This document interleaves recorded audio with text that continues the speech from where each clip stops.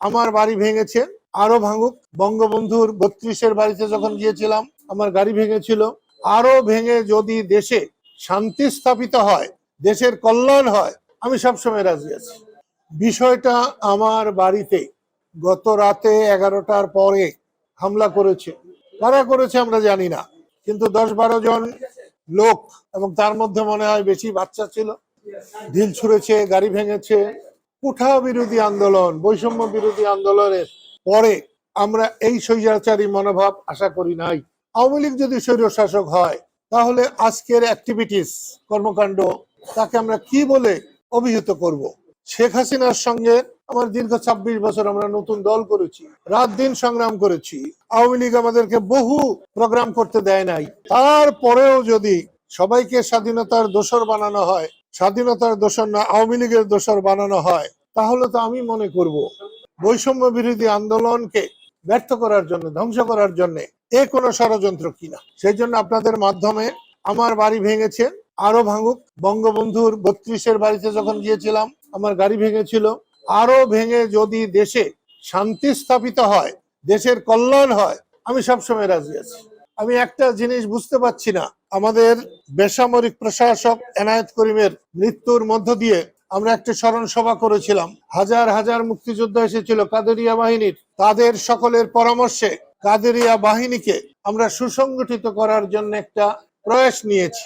সেই প্রয়াসে 30শে আগস্ট ভুয়াপুর গিয়েছিলাম, সেখানে মুক্তিযোদ্ধাদের উপস্থিতি দেখে আমার হৃদয় ভরে গেছে। এখন আমার যাওয়ার পালা, সম্মানের সাথে যেতে চাই।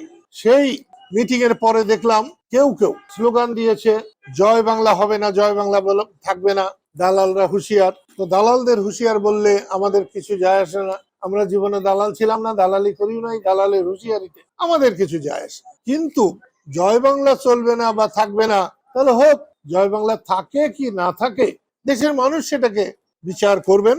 আমি আর আমার কথা বাড়াতে চাই না, তোমাদের কোনো প্রশ্ন থাকলে নিশ্চয়ই জিজ্ঞেস করতে পারবে। আমার কাছে মনে হয় দেশটাকে অস্থিতিশীল করার জন্য জাতীয় আন্তর্জাতিক ষড়যন্ত্রকারীরা সুযোগ খুঁজছে, এবং সেই সুযোগ অন্তর্বর্তীকালীন সরকার দিচ্ছে কিনা আমি ঠিক বলতে পারবো না। তবে এই সমস্ত আমার মতো মানুষের, যাকে রাষ্ট্র সর্বোচ্চ বীরত্ব সূচক খেতাব দিয়েছে, একমাত্র বাঙালি, তার বাড়ি যদি নিরাপদ না থাকে, আমার সাধারণ গরিব দুঃখী মানুষের বাড়ি নিরাপদ কেমনে হবে? কদিন আগে একটা 71 মঞ্চ 71-এ টাঙ্গাইলের নেতা, আমাদের নেতা, আমার বড় ভাই আলোচক হিসাবে গিয়েছিলেন, তাদের সব আলোচককে গ্রেপ্তার করেছে।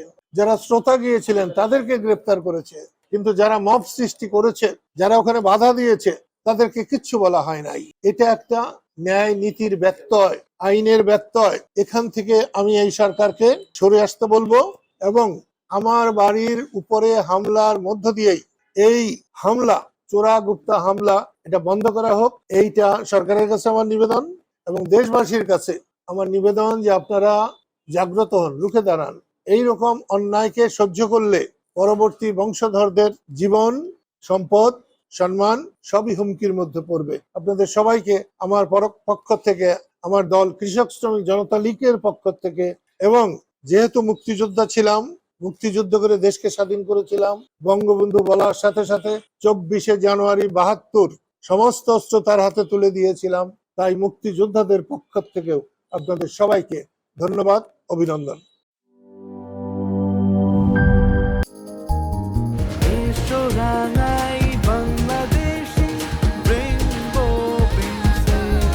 রেইনবো পেইন্টস, ছড়াও জীবনের রং।